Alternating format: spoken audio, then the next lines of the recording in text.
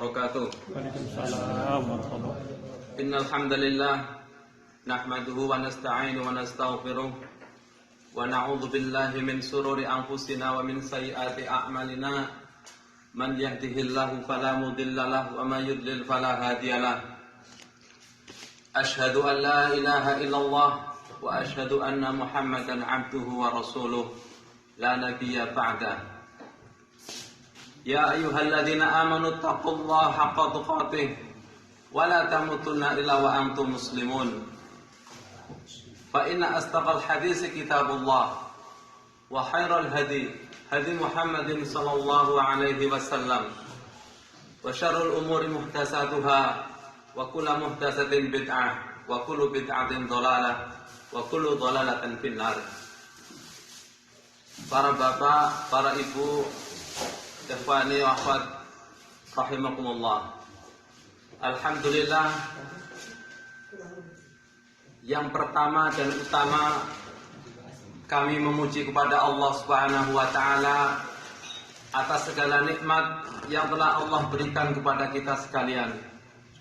Hingga di pagi hari ini, di awal tahun 2023, kita bisa bermuajahah di Majlis Ta'lim Al-Hidayah Jaliyat Nasim. Sholawat serta salam senantiasa saya sampaikan kepada Rasulullah Sallallahu Alaihi Wasallam, kepada para sahabat, tabi'in, tabi'ut tabi'in, serta orang-orang yang selalu mengikuti Nabi Muhammad Sallallahu Alaihi Wasallam hingga akhir zaman.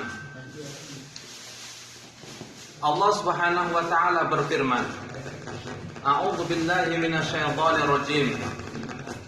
Tabarakalladzi biyadihi mulku wa huwa 'ala kulli syai'in qadir.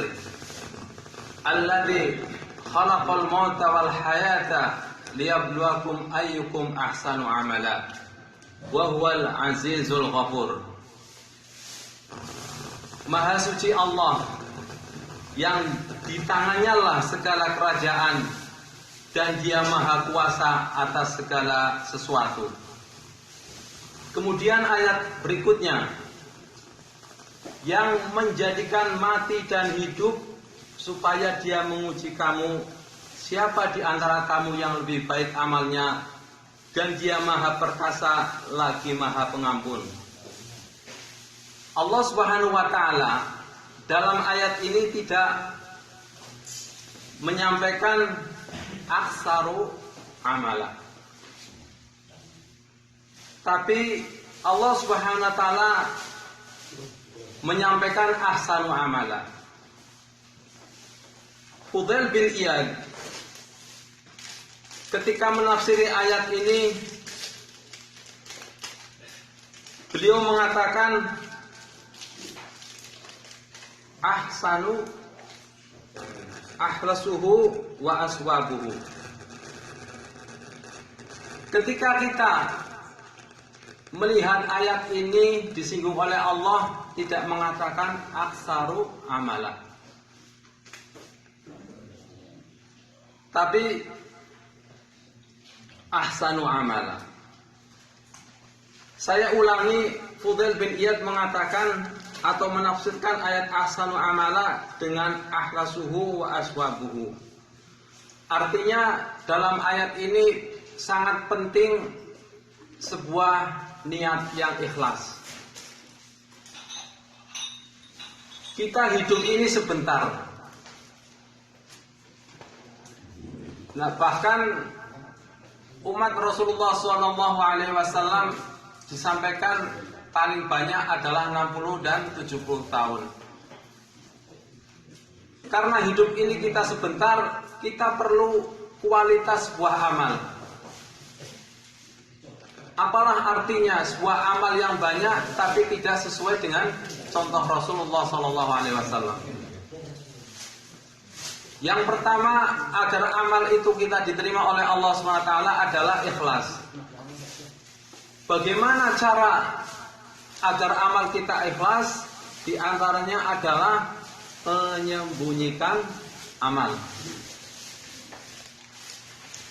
kita lihat para salafus saleh,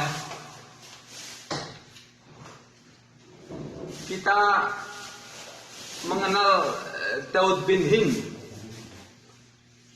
yang puasa selama 40 tahun, istrinya tidak tahu. Diceritakan bahwa ketika Daud bin Hind berangkat ke pasar, istrinya membawakan makanan, dikiranya akan dimakan di pasar. Namun apa? Dikasihkan kepada orang. Bayangkan ya akhi, 40 tahun istrinya tidak tahu. Karena apa? Menyembunyikan amal.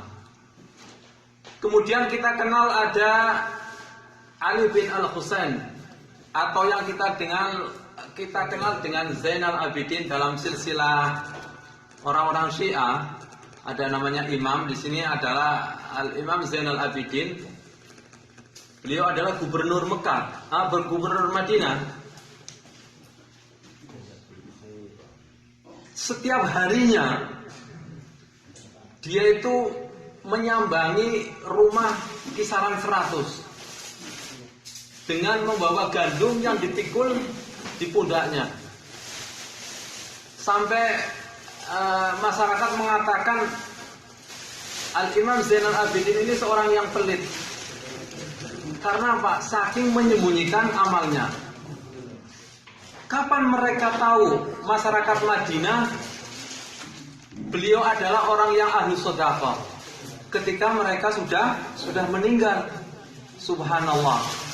Ketika dimandikan, itu terlihat punggungnya sangat hitam sekali.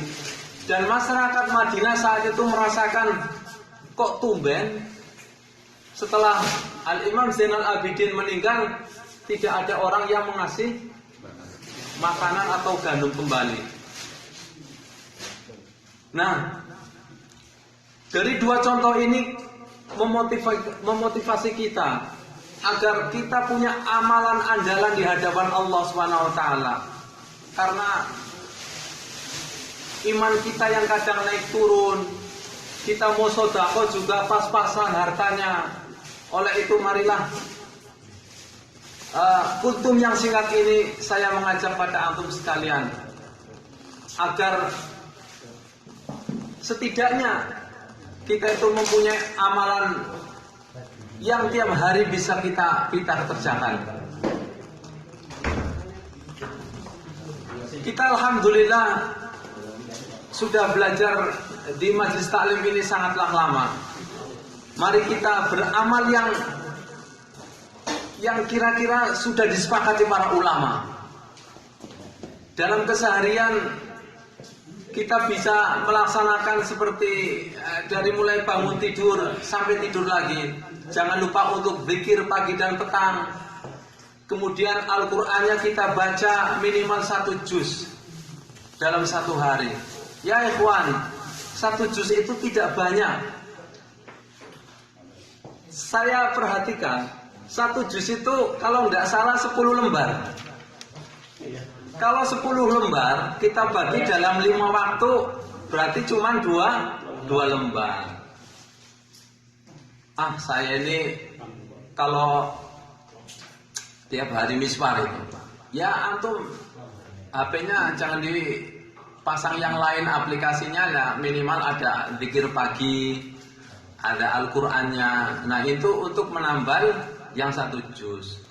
Kemudian sunnah rawatibnya, jamaahnya, kemudian puasa Senin Kemisnya, ya minimal itulah yang insya Allah ulama itu sepakat gitu.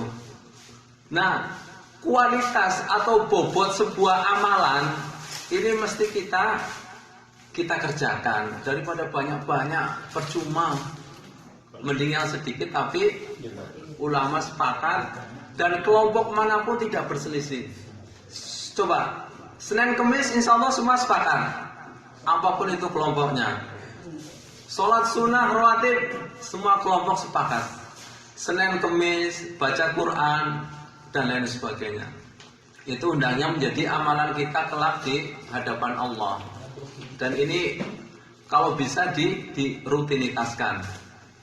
Demikian mudah-mudahan ya, karena ini kultum ya.